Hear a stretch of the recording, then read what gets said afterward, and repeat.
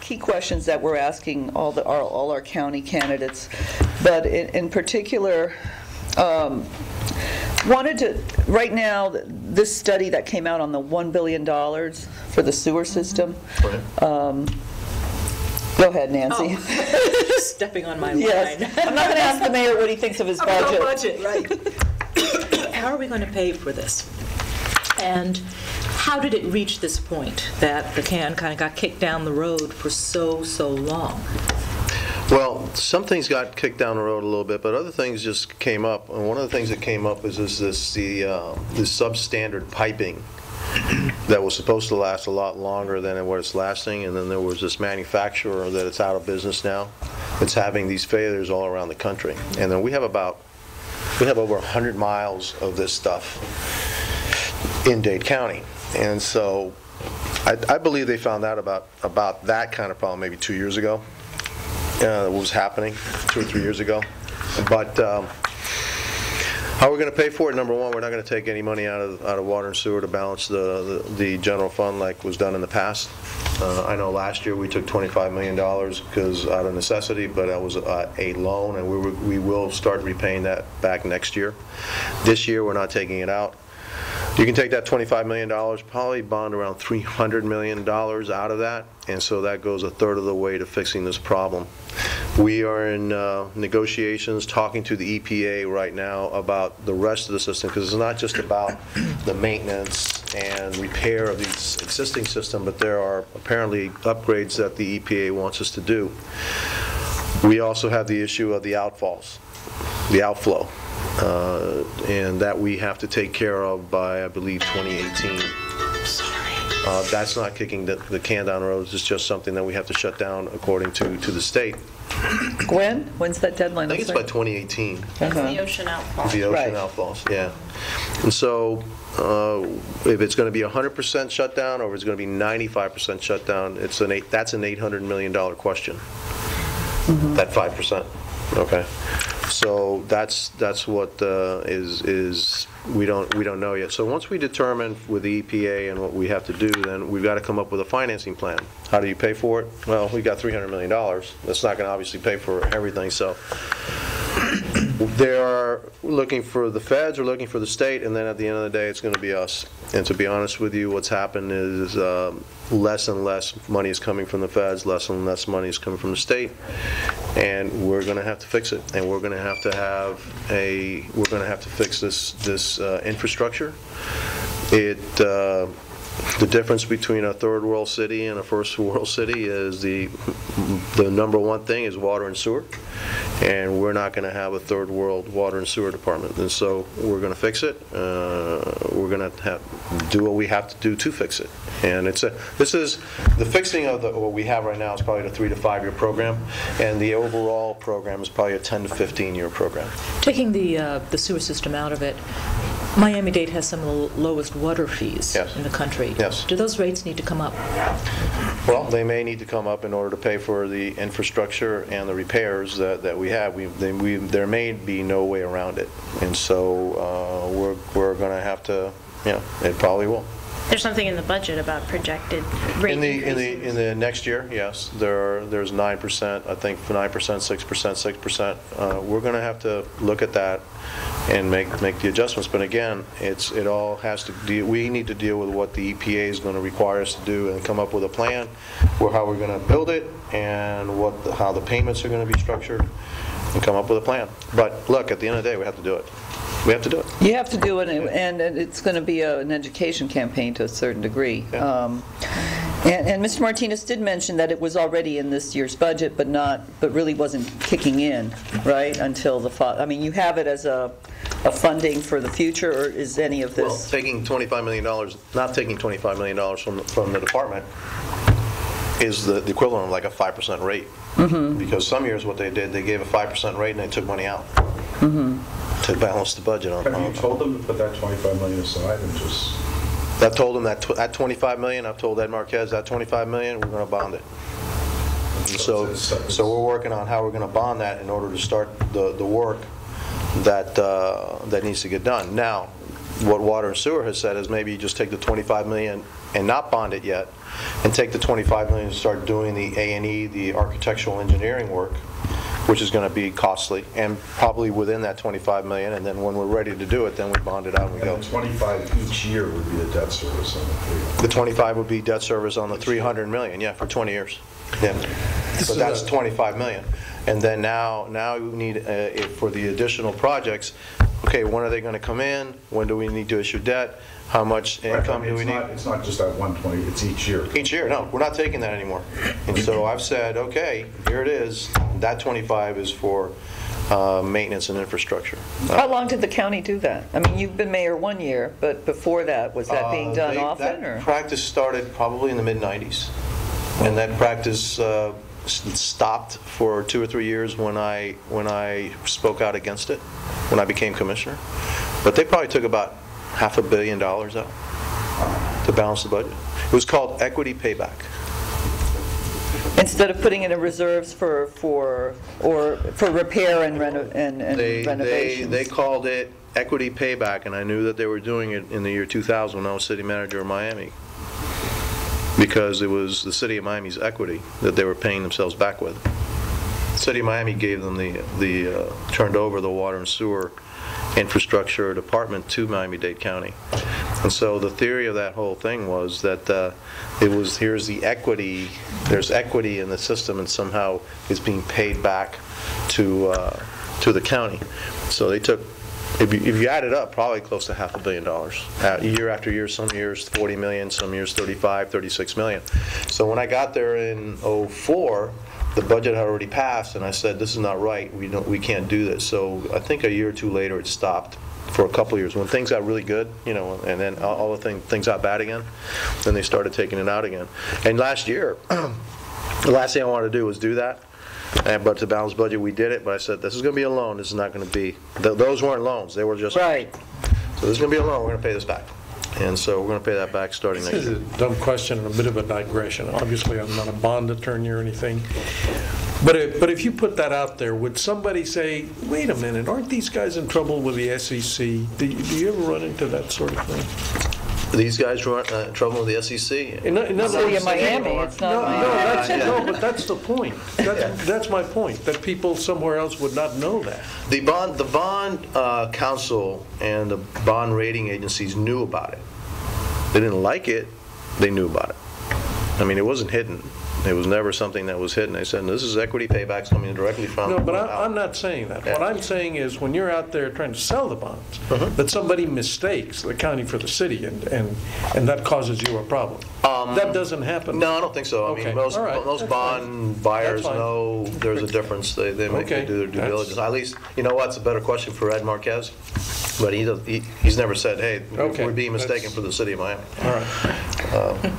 But, I do, and I think you've answered it as much as you can, long range, short range, what we need to do. But, I mean, I think it's the sense of urgency that I don't feel from anyone, from either you or Commissioner Martinez when it comes to this sewer system. If we start to get major problems on the beach and our bread and butter, I mean, as far as tourism. Look, one of the hot spots that we have, we're drilling right now. Okay, and which is we found there was a hot spot in the main sewer line coming out of Miami Beach. Right. All right, and so we were doing a project to make that pipe go deeper because of the dredge, Right. and then we were going to tie in to an existing pipe, and it was supposed to be real easy. Beam, boom, tie, boom, done. Well, when they did a test on what we were tying into, that was one of those old pipes also, and it looked like it was ready to go, or it could go. They feel that one of the things that in our favor, it's buried. It's got pressure around the pipe that's holding the pipe, helping hold the pipe together. But one of the things we're fighting is Miami Beach. They're giving us They're giving us problems about we said we could do it this way. We have the right of way to go here. We really don't want to do that. What's your preferred alternative? They said, we'd like you to do this, this, and this. And now we want you to pay for this and this and all this other stuff. We need to get this thing done. And we're getting to the point where we're going to have to take action and say, we're going to get that done, and put that new pipe in. Is there a lawsuit against the manufacturer, I mean, in the future, against the manufacturer of the substandard pipe? They're out of You're business. out of business. Was it Interscope? I don't know who they are, but they're out of business. So I asked, well, was there a bonding? Do we sue the bond company? Who can we sue about this? And we can't get to anybody. So, and apparently this was a major manufacturer, and there's probably thousands of miles of this stuff all over the country, and we just unfortunately bought 100 and something miles of it. So that's where. No, there's urgency. Remember, I'm a firefighter. I mean, if I when a building is burning, you may go crazy. I got to stay calm, okay? I mean, I'm sorry I don't have that sense of urgency that you may want, but I have a sense of urgency. But I have to. Okay, how are we going to get this thing done? Even if we had all the money tomorrow, can't get it done. I mean, you gotta engineer it, you gotta plan it, you gotta have the whole thing. And so when my engineers tell me this is a 3 to 5 year, issue. Okay, 3 to 5 year issue. Let's start. Let's go. What do you need to have first? Well, we need to have the drawings. We need to have the engineering studies. We need to do this. Because it's not as simple as, oh, there's a pipe. Go take one out and put one in. I don't know why it's not that easy, okay? I would assume there's a pipe there, just take it out, put another one in, okay? But it's not that easy. Yeah, well, you got to stop everybody from flushing their toilets for a few days. Yeah. Well, no, we can route stuff. We can route stuff. All right, well, Really? all right. Yeah, No let's- brand for the next week. Even that water main, by the way, it turned out it was funny that In Little Haiti. in Little Haiti that blew out and then these trailers that were straddling the hole and all that, and the guy was, hey, there's a Mercedes in the trailer and all, and you guys make sure you don't take care. It turns out that the trailers were stolen and so was the Mercedes. Oh my God. Yeah. Here. Yeah, that's great. Well, you mentioned Miami Beach, so let's talk a little bit about tourism development and what you plan to do with the county's role in the convention center, because that's something that's high on their priority. They have on the ballot a resort tax type of Right. convention tax if and when they start that project.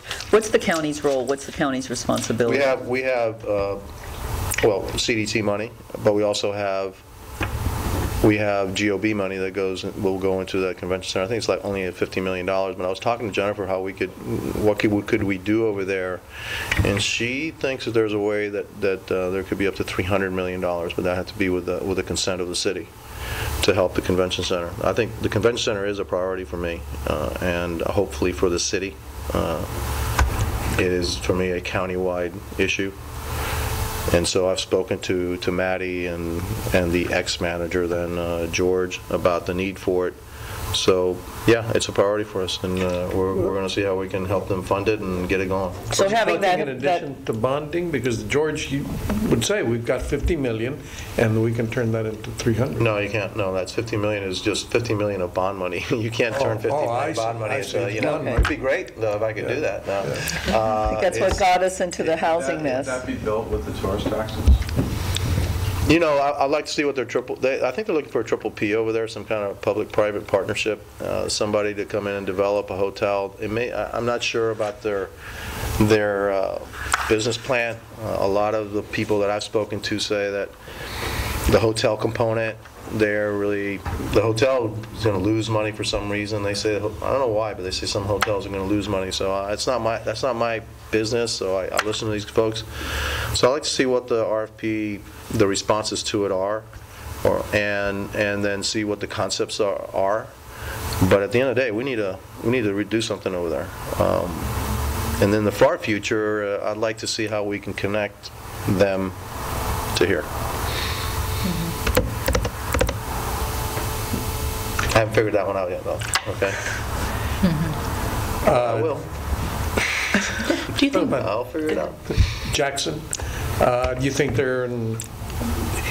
is any plan for now, any plan to change the governance structure, turn it into 501(c)(3)? Is that off the table for now? I think so. I think anything like that is off the table with the commission and with the current administration there. I don't think they're looking for something like that, although it could. So I think what they're looking at is kind of establishing what they have right now. The emergency board they have right now is kind of like the model for the kind of governance that they want, with some more independence for that body and less interference from the commission. There's certain things the commission will have to say yes to because it is our plant and everything, but give more authority to that and have it a smaller body, more authority, and also more requisites of how you get on that board. Well, yeah, sort of like you have to have certain skill sets. Exactly. Right. Like an accountant or Right. have medical experience. I know John, therefore I'm qualified to be on the board. So, no, that kind of stuff. And I think that's what we did on that ordinance. There are certain requisites to that. Right. So now that's probably going to be the standard. It may change. They may not have as many members. Maybe one or two of those appointments will be gone or something, but something to that effect. Is that board pretty much, that was a commission vote, or was that the administration's proposal? I can't recall. No, actually, that was when we knew that the county, that it was heading into trouble. I had a proposal on how the governance structure of an oversight board in case certain things happen. And so that was like a compromise inside the commission itself. There were like 3 different proposals. I had one, I think Barbara had one, and Natasha had one.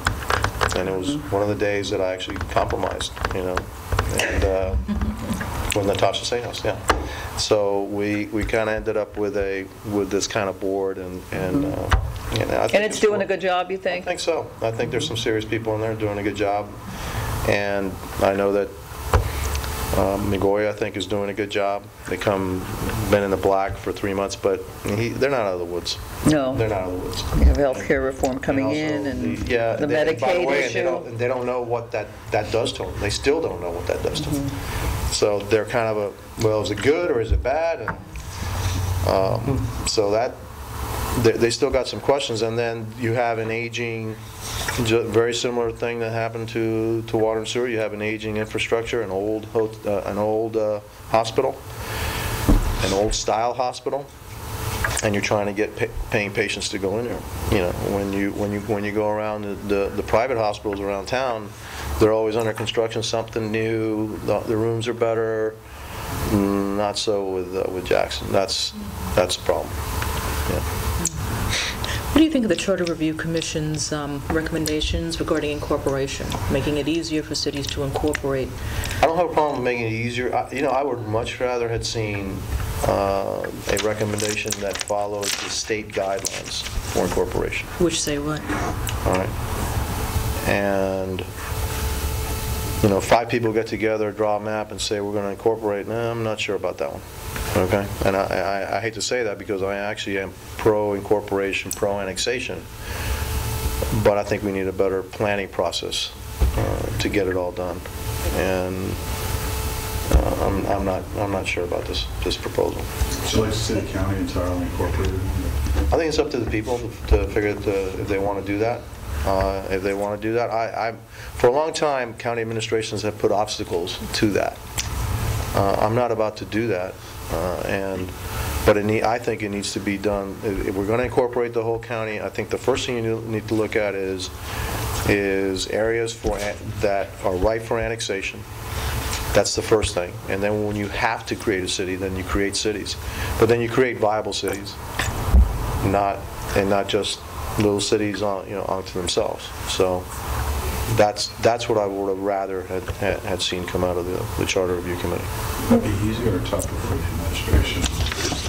What's that? As a regional overseer of everything instead of... For us, I don't think there'd be too much change. I think you're still going to have a large sheriff's department. You're still going to have a somewhat regional fire service.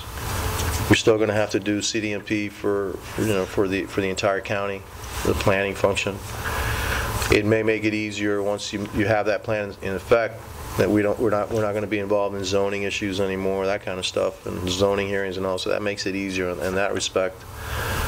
And we may not have to do some of the inspections that we now have to do in UMSA. But by and large, I don't see it being much easier. We can also then start to focus in on what we really need to focus in is the regional issues of the airport, seaport, transit, Jackson, overall planning. But under any scenario, local people in those areas would have a vote, right? Because I can tell you in my area, there is zero sentiment for incorporation. Right, and that's why I said it would be up to the people to decide. I don't want to put that down somebody's throat if they don't want it. We'll be happy to provide those services. We just need to provide those services better.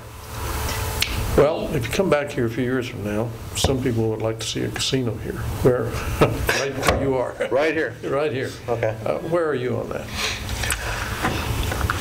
I'm about local control. I'm about the infrastructure.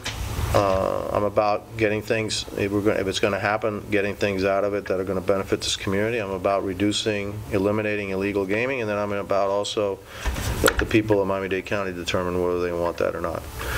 But the first thing is going to be in Tallahassee, and so if something like that is to pass, then I want to make sure that we have the greater control here of what it is that is going to happen here.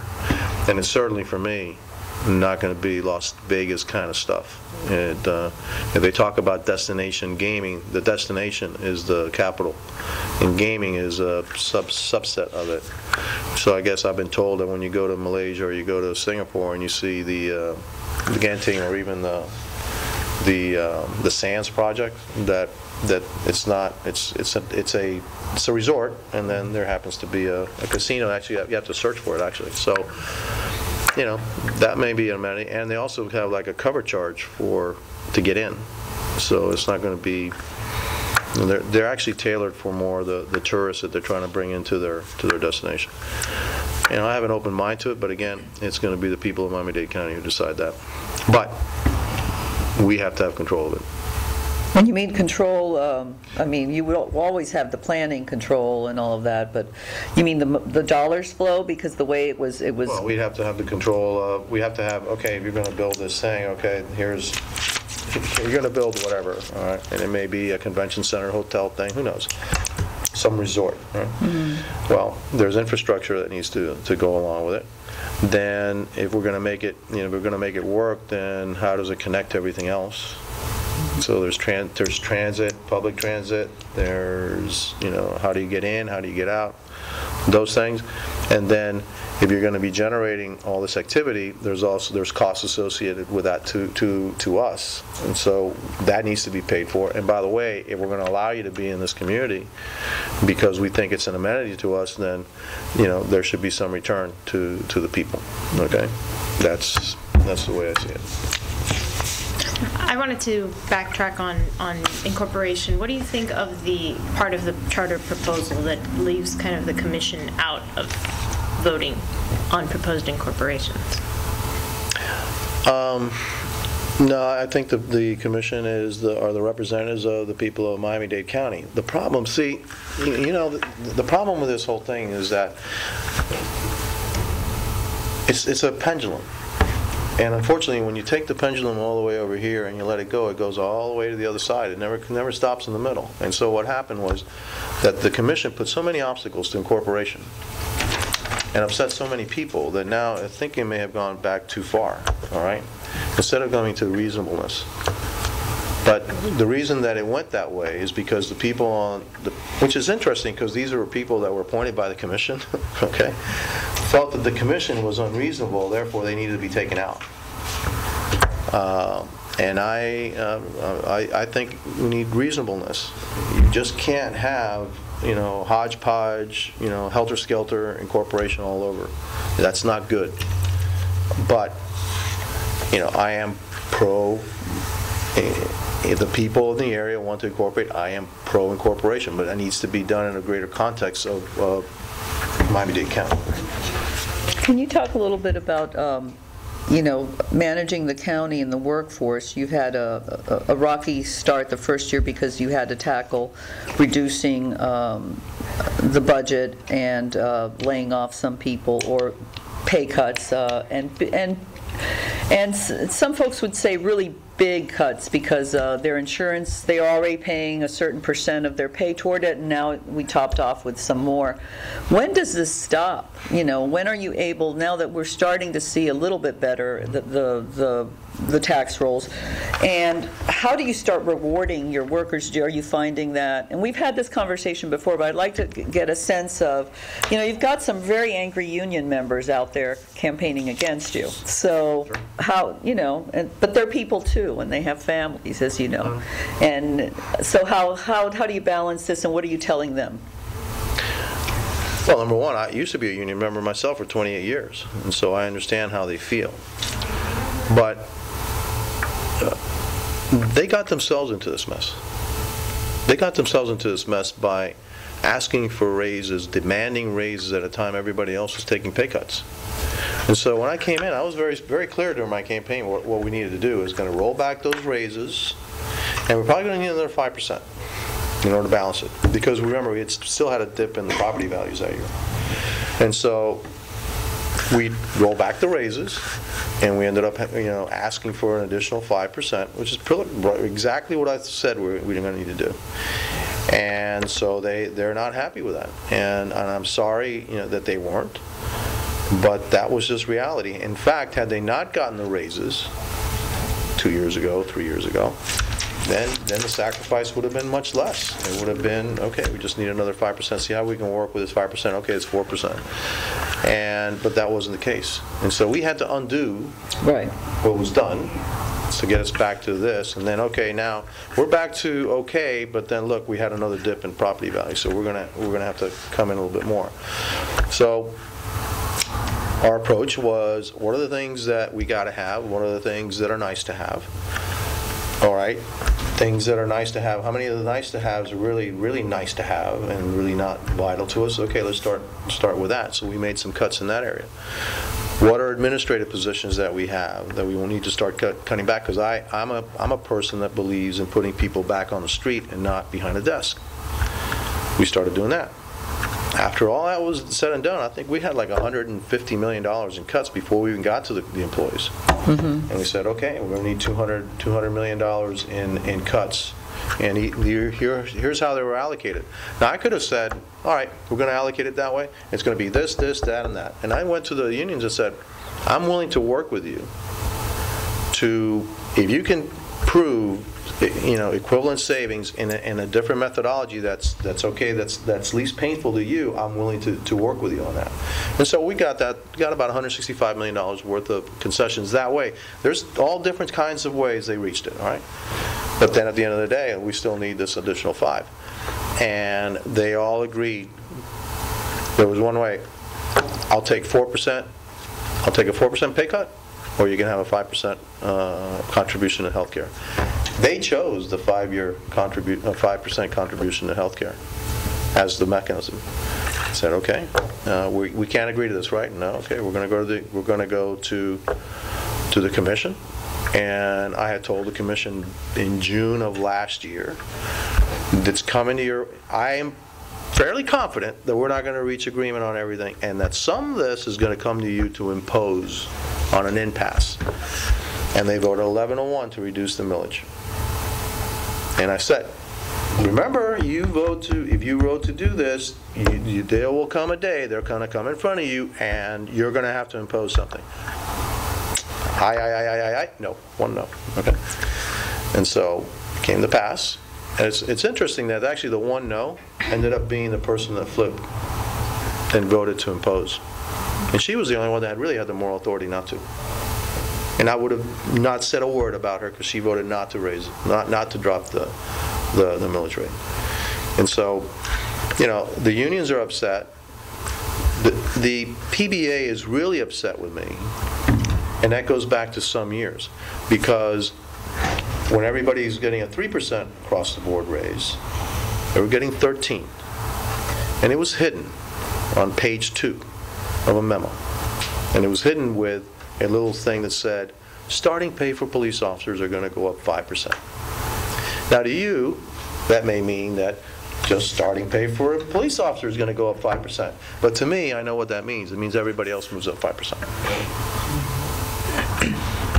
And I called them out on it. And that really upset the president, that I dare call him out on it. And so I said, John, I can't keep my mouth shut on this. This is not right. So I said, is that what it means, 13%? Because come here, that means 5%? Does that mean another 5%? Yeah, so you're talking about 13%? Yeah, okay. No, that's not right. Then why, everybody else is getting 3, why were they getting 13? Well, they were making up for something that happened in the mid-90s, they said. We're going to make up 13% in the middle of the worst recession in U.S. history. Now's the time you want to make it up? You guys are crazy. So that's the reason why the PBA is the most, vocal against me. Right. And of course, Mr. Martinez is a former police officer, so he is getting their Well, but he voted to reduce the rate. Well, he voted to give them the 13% raise. And by the way, he didn't vote for a lot of other contracts. He voted for that one. He voted to give him a 13% raise. He voted to reduce the rate, and then he voted not to impose the 5%.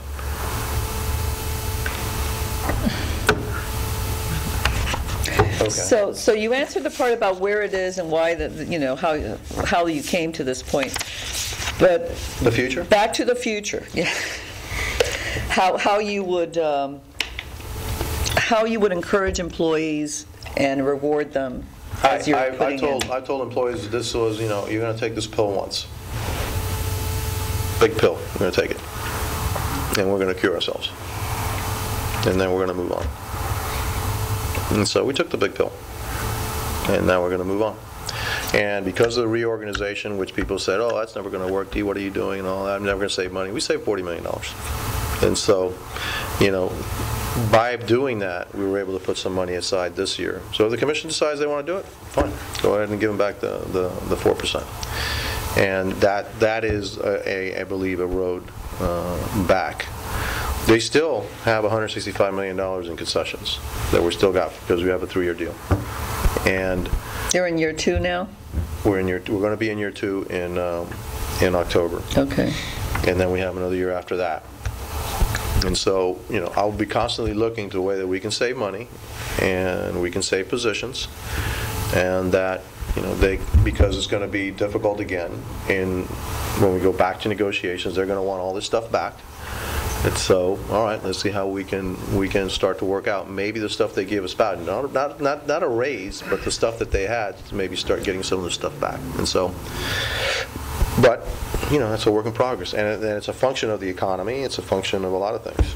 So, can I guarantee it? No. Will I work for it? Yeah. I don't particularly care to cut people's salaries and all that. I just do what I have to do. But there were some things in those contracts that were kind of wild. I mean, as compared to the private sector, some of the rewards that they were getting were just sort of off kilter. If you worked, I don't know, that just the week, if you worked an extra couple hours and how that added up and then towards your retirement. I mean, a lot of things that just were totally. We just had an arbitration where we were going to go to arbitration, a grievance. It was about, during the contracts they talked about with transit. They talked about a 1% or $1,000 reward for not using as much sick time. Okay, and so they had to go from like 20% to like 15%, right? And so when you think about it, 20%, it's like 1 day out of 5, all right? That means 1 day a week you don't come to work, all right? Right. And so I'm like, are you guys out of your mind? I mean, shouldn't you just like come to work because you're supposed to? And the sick time that we give you is like to take care of you when you get really sick and you need time when you're extended. So we're going to give you $1,000 so that you don't call in sick? All right.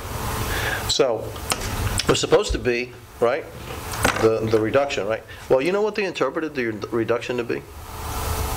That week. In other words, that week a year later, if their absenteeism went down from 19% to 15%, that week they'd all get $1,000. Yeah. So that's still in the contract? No. I said, are you out of your? I mean, so that's your interpretation now. That's not my interpretation. My interpretation is it's got to be over a year. I didn't vote for the contract, but it's in the contract. Okay, that's over a year, and this is for the previous contract. And That's gone now, or is that still there? we had agreements. We settled it by saying we were going to arbitration, and we settled it by saying, no, I'm not. I'll go to arbitration on it. Well, what if we can? We will agree with you for a year, and then we'll do it from now on for 1 year. I said, okay, do it for a year. Okay.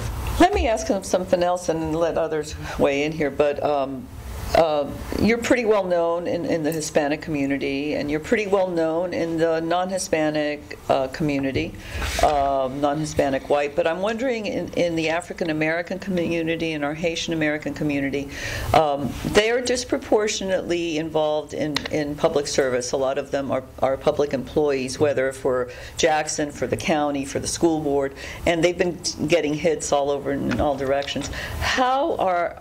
What are you finding when you speak to them, to folks at different forums, and how do you regain trust with them? Because a lot of the folks I know in the black community are sort of feeling that you're more about sticks than carrots, if you will.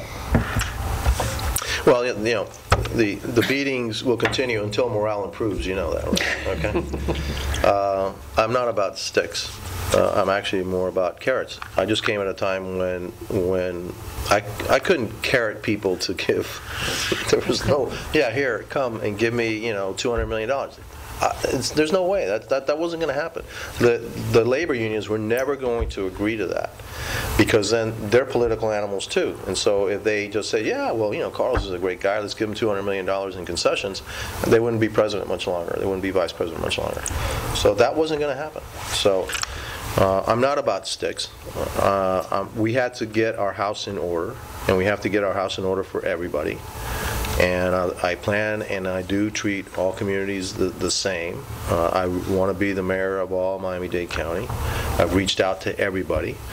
I have a diverse workforce, a diverse administration, and really take a lot of time in the more depressed areas. And those areas are really depressed. And I've had commissioners say, hey, can give us more time, more effort, more resources, and probably will, because they need more of our resources. There's concerns about more crime starting to encroach in Liberty City and some of the North Dade areas. Yeah. What is your administration able to do with that? About that?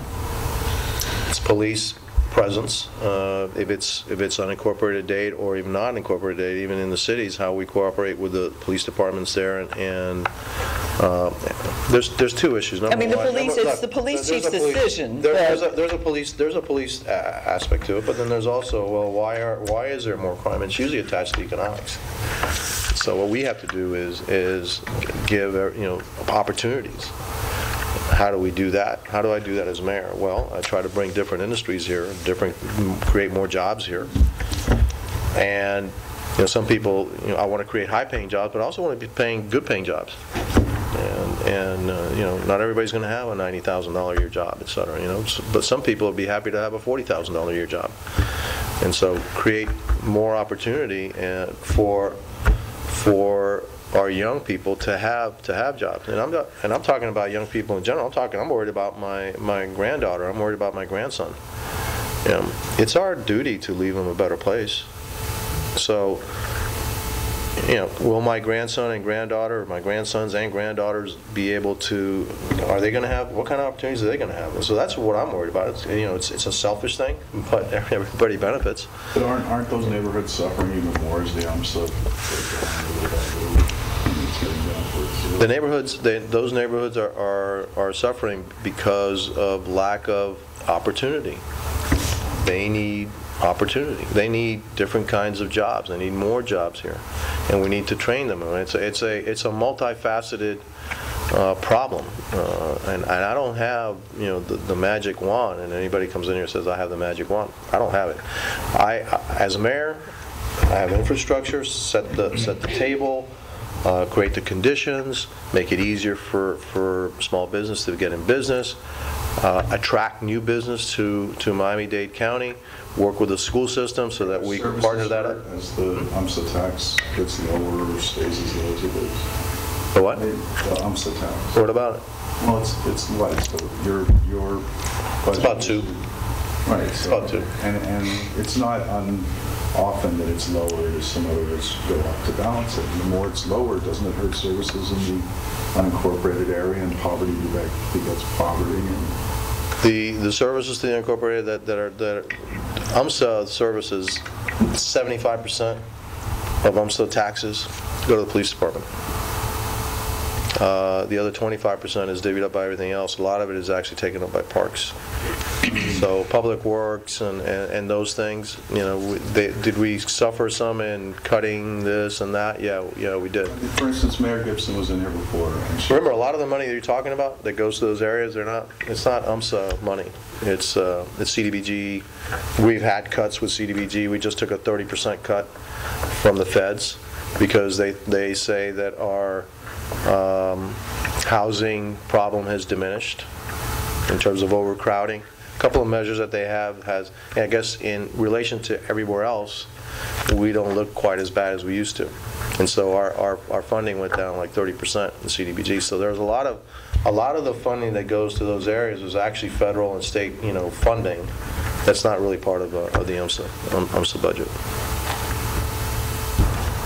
But there's reduced funding for that stuff too. I mean, Mayor Gibson was in here before, and she was saying how, remember, before the city incorporated, there were gutters that hadn't been cleaned out in 30 years, and they hadn't seen any streets cleaned for, how long, she could say. And that, as that tax lowers and lowers and lowers, it just gets tougher. Well, she now has a city with another tax rate, so with a much higher tax rate for that city. Right. Okay. But she was talking, it is a fundamental question that's really playing out over time in our community, which is there were so many abuses that we needed to kind of right that ship.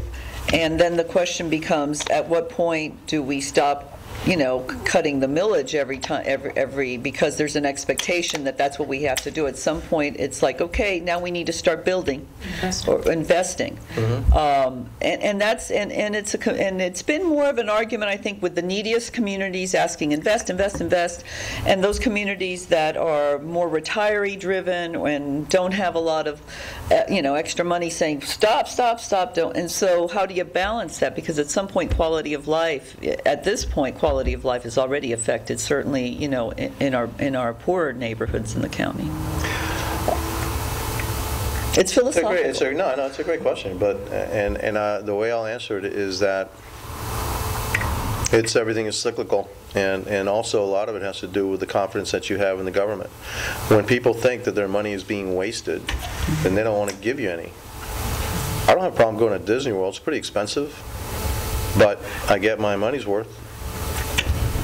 The problem is that most people don't think they're getting their money's worth. So we have to prove to them that they are getting their money's worth. And that we're not a bunch of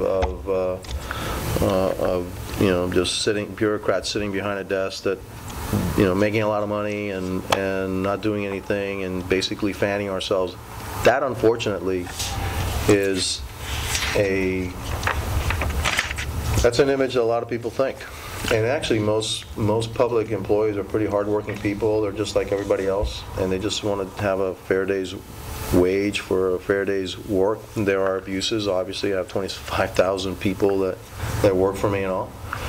And we're not perfect, and we make mistakes, and we park cars in garages and stuff like that, But the thing that I've got to do as mayor is to restore that trust. Now, once you restore that trust, and people think, they're using their money wisely and all, then you can say, okay, now we need to start investing and rebuilding. Before you don't establish that trust, they're just going to say, oh, they just want the money, so we can give raises, or we can do this, or we can do that, or spend it, or not spend it, or waste it. All right, they're okay spending it. They hate the waste. But you're expecting more revenue this year. We expect a little bit more. It wasn't that much. We expect a little bit more, and then next year, hopefully, we get a little bit more, and we can keep maybe the tax rate can stay flat, and then we can start to rebuild. We are still inside, the government, my government right now, we're still looking to see where it is that, all right, where are we going to be lean and where we're going to be mean, and also there's challenges in the years ahead in terms of funding for certain things. Transit has certainly some challenges that we have to fix, and it's a very interesting job. Every day there's something new crisis that comes along, and so I got to do the best I can. I have experience at crisis. I came from the city of Miami, the capital of crisis, so it's something I'm used to, and it's something actually I enjoy. I enjoy, in a perverse way, crisis and solving problems. I really do. I enjoy it. Yeah. What's your main difference, or what are the main differences between you and Commissioner Martinez? Experience. And I'm not quite as political.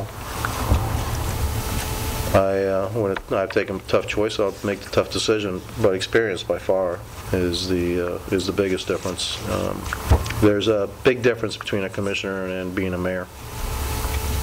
And the experience that I have as manager and director is by far the biggest. And I think we have a different philosophy, too, on how to get things done. What's that difference? Yeah. Let me just say this. I just have a lot more experience than he does. Mm-hmm. Okay? And I know how to get things done. And I just did. And I had more experience when I came on the commission than he did. And I still do. And so now I've served a year as mayor, and what you think being mayor is and what he may think being mayor is and what I know being mayor is maybe two different things. And so I think my experience leads me to try to surround myself with really good people, smarter people than me,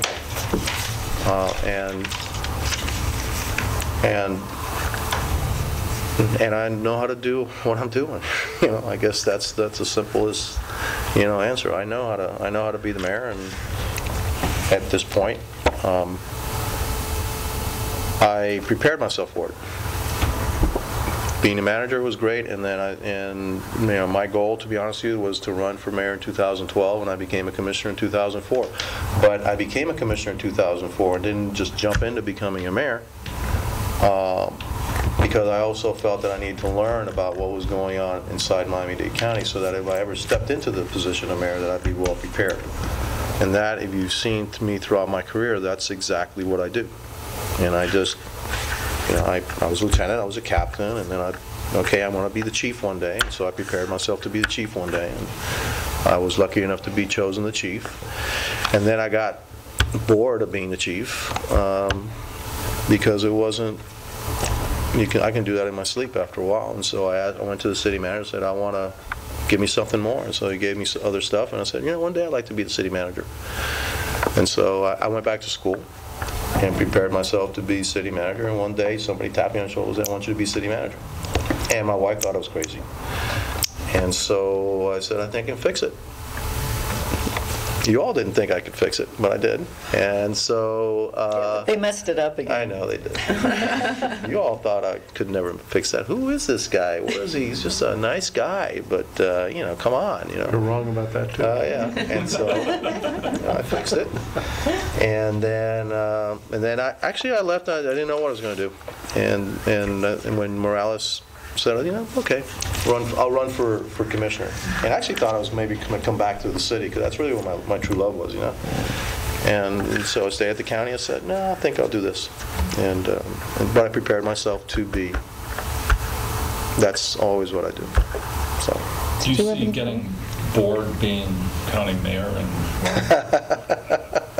and going to the next step, whatever that is? No, I think this is it for me. I've gone so much further than I ever thought I was going to go. I mean, when you're 37 years old and you're the fire chief of one of the biggest departments in the Southeast, and you're a firefighter, you've reached the pinnacle, and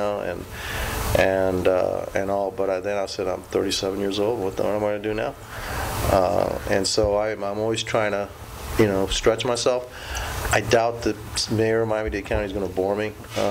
This is, when people ask me about this, I wasn't bored as manager, by the way. So they go, what's the difference between this and the city? And I said, well, it's the city's AAA and the county is Major League. The fastballs are faster and the curveballs break more, all right? And that's what it is. The fastballs are faster and the curveballs, they curve more. But the city's good AAA club. It's good. It's a good training ground. All right? It really is. And every time and every year that I was there was some kind of crisis going on in the city. So I'm used to crisis. And so it's yes, water. Yeah, okay. It's water. Yeah, but that's a building. That's been a building crisis. I mean, we've had a lot of stories over the years, and it's just been getting worse. And we had the manufacturer story. What was it? At least a year ago. I mean, it's just Manny, did you have any questions or? Good to see you. Hey. I was going to ask you. I'm sure maybe I came in late. Did you address the issue with this voter fraud, the AB investigation? Did you talk about that? No. Nobody asked me, but they asked me yesterday and said those ladies do not work for me. Because there's a picture out there from the Eddie Gonzalez where one of the women, Daisy Cabrera, is at a July 4th thing, and she's in one of your T-shirts. It's an Eddie Gonzalez thing. So she's just wearing one of your T-shirts. She has nothing to do with your campaign. No, nothing to do with my campaign. As a matter of fact, what I have always said on the radio and also on TV, do not give your AB to anybody, ever. And so, no, that she may think she's helping me, she's not helping me in any way. And I certainly have told my campaign workers they are never to touch or manipulate any AB whatsoever. So, did they come into your office trying to shop ballots at all? Because it's clear that no, we don't accept it. We're never involved in it. We don't want anything to do with it. I don't need it at all. But you don't know if they came in or not. You just don't know, or you do know that they. Okay. Somebody shopping ballots? What, in the campaign office? I doubt We it. were told that one of these women was seen walking into your office on 68th and Hialeah 2 days ago. That was when the police were surveilling her. And?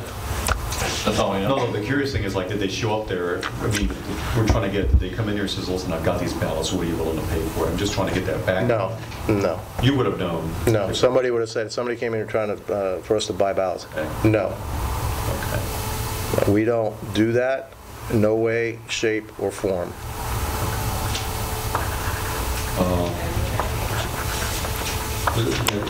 See, Rafael Toledo, what's he doing for the campaign? What's he working? Garcia Toledo? He just drives me around. Last year he drove me around. He's just a friend of mine. Okay. He's my finance manager, by the way. Oh, he is? Yeah, he's my finance manager. And have you addressed at all, one of the things that, Rivera brought up last year, and Jim DiBernardo, was a whole thing where you could pull a lot of money out of the homestead exemption. There's a lot of homestead exemption fraud going on. Well, we, about a month or two after I became the mayor, I spoke to the property appraiser along with the director and told the property appraiser that we thought that there was something to this, and that we wanted to give him more resources to investigate it. He said he didn't need any more resources. That he had plenty? He had plenty of resources. He didn't need. Huh? When was this? This was probably September of last year. DiBernardo and I are good friends, and so he said, hey, you need to look at this. And so we said, hey, is it real? Remember, we even talked about it during the budget. Remember that? Mm-hmm. Well, prior to that budget, we had already spoken to the property appraiser and said, well, tell us what you need. We're going to give you more resources. And he just, no, we don't need any more resources. We're okay. He was afraid that there was going to be too much. It was going to be too heavy-handed with the police. And we assured him that it wasn't going to do that, but that there was potentially a lot of money here, on the table. There was a lot of fraud and people getting away with homestead exemptions that they did not, they weren't entitled to. And But he did eventually get more officers from the police department to work for him. I don't know if he did. I think, I don't, no, you know, the director never told me that he gave him any more. I think he ended up contracting with some company later on. I mean, recently, there's been a real sharp uptick in liens. It went like $3 million total last year to the last month, they had $11 million. Last month, $11 million. Why do you think that is? Well, I think somebody got serious about it. And so, yeah, I'm glad that he got serious about it. So 10 months later, after last September, you don't hear that this is still going on as a major problem? Oh, it's a major problem. Now it's just catching the folks that are doing it. Either some people are doing it inadvertently. Some, you know, the parents die and the house is turned over, and they don't know that there's homestead exemption, or well, maybe there should be. I don't know. And some people buy from Venezuela or Colombia, they buy a condo, and then they rent it out, and they're claiming homestead exemption. Well, they're not supposed to, because they don't live here. And so some of it is that, and then some people just know that they can, and they do. So, but it's a big problem. It's a big problem. Okay. Now, we don't get all of it. We get a slice. About a third goes to the county, a third goes to the school board, and then there's a city. About a third goes to that. But there is a significant amount of money out there that people are claiming homestead exemption when they shouldn't have it. So, and that's not fair to the people that are paying taxes, that are paying their fair share. So, Thank you so much. you're welcome. Thank you.